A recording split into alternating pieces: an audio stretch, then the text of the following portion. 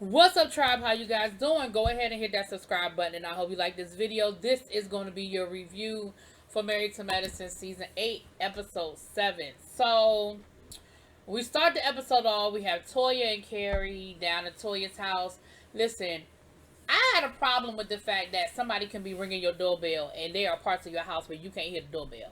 Like, I feel like in a $2 million home, there should be an intercom system or a bell. If I'm in the bathroom on the other side of the house, I should know somebody at my damn door. But anyway, Carrie is trying to get in and she ends up just opening the door and walking in. Again, why your alarm not going off? I'm sorry. Maybe it's me. I don't know. Anyway. So they end up going upstairs in Toya's bedroom, and Toya's talking about the mattress, and Carrie is gonna say, "Oh, is that because your husband?" Talking about the mattress being lopsided, and she's gonna say, "Oh, is that because your husband is so heavy?" I mean, your husband is heavy, but girl, don't be what? And why you got them in your bedroom? Again, in a house that big, you should have a sitting room next to the sitting room, a den A, den B, den C. Girl, people don't come in my bedroom now, and I ain't got that much space. I listen, my house could probably fit in her closet. Okay. Anyway, so they're talking about she's talking about the DC trip, and she's gonna tell Carrie, "Well, why don't you just come?" And Carrie was like, "Well, what? How do you feel like? What do you think Dr. Heavenly's gonna say?" And she was like, "I don't care." So here's the thing. The reality of the situation is, I'm pretty sure that production invited Carrie and it was all cleared or whatever. But let's just assume for a minute that that wasn't the case. How disrespectful is that? That you are going to invite somebody on a trip where y'all had to charter a jet and you are renting a Airbnb. What if there's not an extra room? What if there's nowhere for her to sleep and you're not even going to give the person who is organizing the trip the benefit of the doubt? The heads up? Crazy. Anyway, whatever. Um, so of course Carrie's like, "Sure, I'll come." Now everybody is packing, getting ready for the trip, making their arrangements as appropriately as possible. Um, we get over to Dr. Heavenly's house, and of course they're talking about, do you have the trip all planned out? Are you ready? If you made the phone calls you need to make, all that good stuff. Listen, this episode it wasn't a whole lot there because, it just wasn't.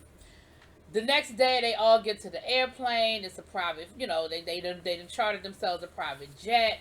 And Carrie put her bag down. Dr. Heavenly go move Carrie's bag. Talking about something. I want her sitting next to me. Because, of course, she's looking up and she's like, I didn't even invite her. So she don't get to pick her seat. This is my jet. This is my trip. I'm going to pick the seat.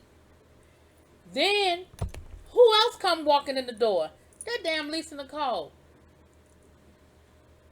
So, Toya, you didn't just invite one person. You invited two. Now, again, I'm pretty certain that production made sure that that was okay. Because, again, you got to make sure there's a room for them once they get to DC in this Airbnb. But, okay, moving on. They get to DC, of course, they fly up, they get to DC, they land, they on their way. Of course, Heavenly had to make a whole music video coming off the flight. She said, "Listen, I ain't never flown on a private jet before, okay? I had to do what we do. I had to do what we do." And I can appreciate that because I would probably act a fool the first time I flew on a private jet as well. I ain't never been on one. It's on the bucket list, but I probably would act a fool, okay? They get to the Airbnb, and it is beautiful. I'm not sure what part of Maryland that they were in, but it is a nice, huge home. Now, here's the thing. On their way, you know how it's always an issue with these rooms. So Heavenly came up with the idea to do Black History Trivia, since we're there for the whole Black Lives Matter and the whole anniversary of the March on Washington. That you're going to keep it on theme. Cool. So she said, "Listen, only the ladies answer. Only the ladies answer." She didn't say nothing about the ladies getting help. She didn't say they couldn't Google the answers. She didn't say none of that. She just said only the ladies answer. And that's how she was going to give out the room. So she said, for this room, for the blue room, whoever answers this question. So the question was about the first Black woman to sing on the steps of the Washington Monument, which of course was Marian Anderson. Um, Eugene gave Toya the answer. So Toya calls off the answer.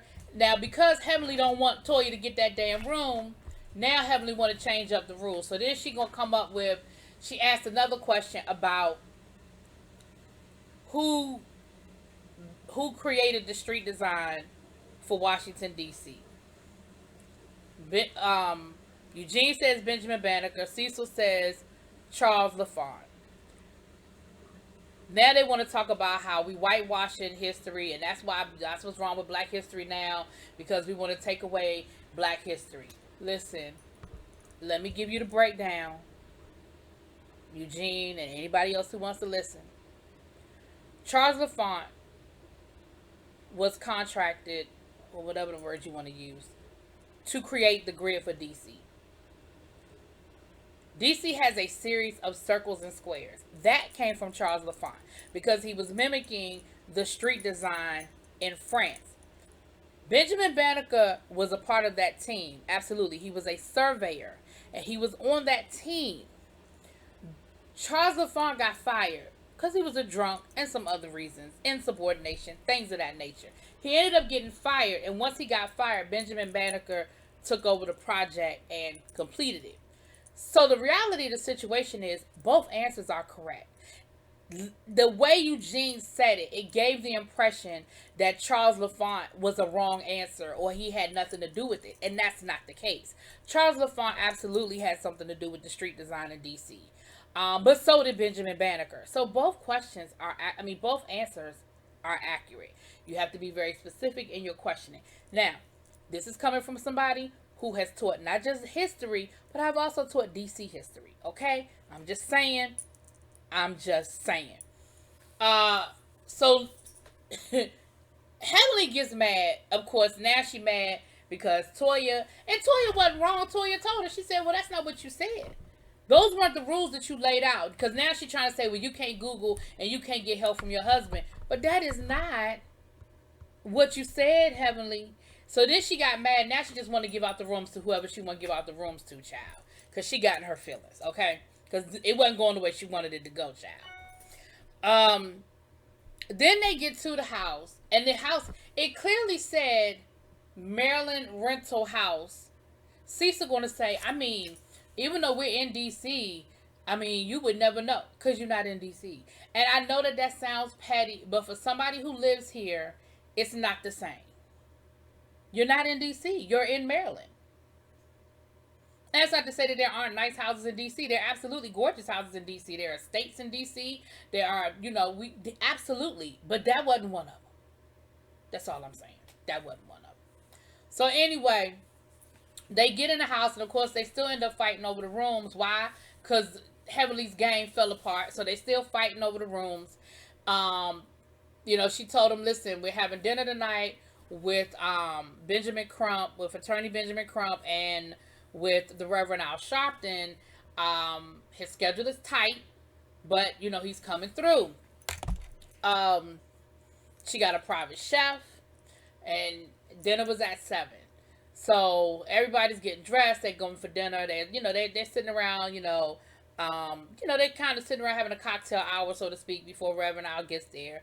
So Al Sharpton gets there, and it's very awkward to me.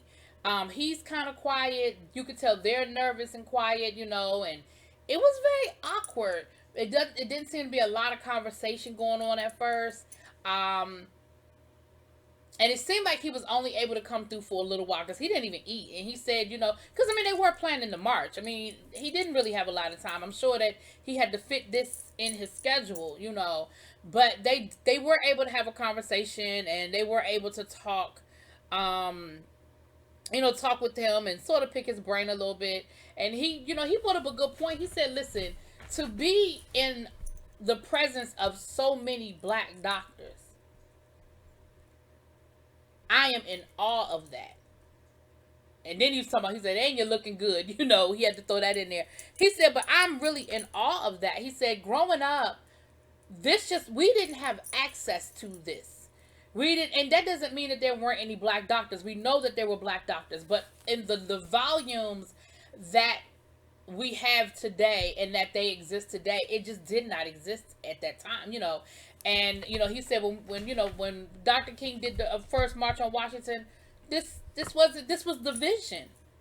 And that's the one thing. No matter how much these people get on here and yell and scream at each other and act a fool, at the end of the day, let us never forget that we have an ensemble cast of black doctors, more doctors than not, more doctors than not, right? Now, mind you, they sitting there having this whole conversation with Al Sharpton, and who was still upstairs getting themselves together and getting dressed? Contessa. Now, the reality is, somebody could have texted her and said, if you don't get your ass down here. So that should, Contessa, you need to check your group and look around you and try to figure out why ain't nobody tell you to get your ass downstairs. That's number one, okay? Because somebody should have said to you, get your ass down these steps. Number two, you said you thought you saw him pull up, but you was like, well, nah, that ain't Reverend Al. Who the hell else were y'all expecting for dinner, Contessa? I mean, y'all were expecting two guests, Al Sharpton and Benjamin Crump.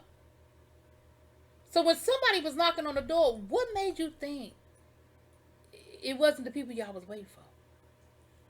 Anyway, they come down, and of course it's awkward because everybody is looking at them like, and it wasn't like they were late. I mean, they were like maybe 15, 20 minutes late, but still, it was like the man is on a tight timeline. Like, he ain't had time for all this. But neither here nor there, child. They come through, and so Al Sharpton leaves, and they have dinner. And while they're having dinner, Benjamin Crump shows up, and again, you know, he said, you know, because that was around the time when Jacob Blake, and he was the attorney, and so it was a lot of stuff going on. And the one thing he said, Eugene asked the question. Eugene said, you know, what do you, like, what is it that you're looking for when you talk about police reform? Because, you know, my dad was a cop, and my dad was one of the good cops, but I'm also raising two black boys in this world. And so it's that middle trying to figure it out. And he said, it's not all cops. Like, he said, the majority of the cops aren't bad cops. But we've got to come up with a system to get the bad cops out, you know. Now, I'm going to be honest with you. Benjamin Crump sounded like he was about to start a sermon a couple of times. But it was a good conversation. And I'm sure that was just edited down. I'm sure that the conversation was a lot longer and they probably got a lot deeper, you know. But I thought that was a really good point that Eugene brought up, to say, listen, you know, I'm a son of a cop, but I also am scared for my boys. Hell, scared for myself, you know. And so it was a good evening. Like, they had a good evening. So the next day they got up, you know, Cecil and Curtis were playing basketball, and Toya, Anila, her husband showed up later on that night. He had surgery that day, so he came in later on the night. He missed all of that. Eugene, they went and they had a tennis lesson. The neighbor next door is a tennis instructor, so they sort of set that up. So they did tennis, and then everybody sort of got together and went in to do some scouting. You know, they had to scout out the you know, the location of where they were going to be, and they were down by the World War II memorial and things like that. Now, the other thing, we see Scott and Contessa get into an argument when they're getting on the bus about homeschooling. First of all, again, I know this sound nitpicky, y'all, but it is a nitpicky thing.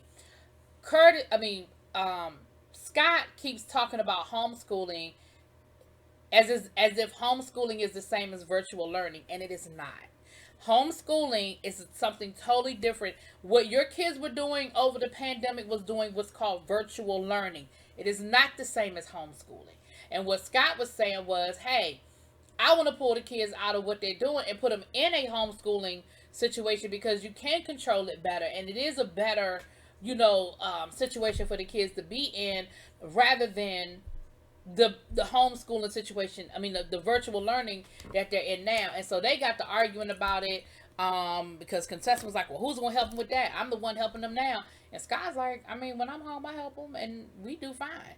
And I feel like, Contessa, did you forget that you left home for a whole year, and the kids were fine that whole year that they were with your husband?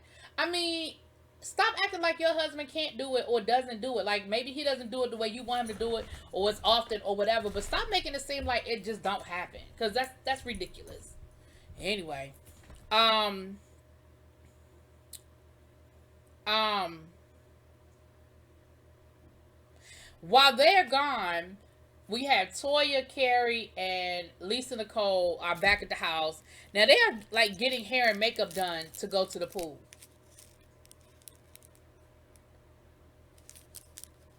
You're getting your hair and your makeup done to go to the pool.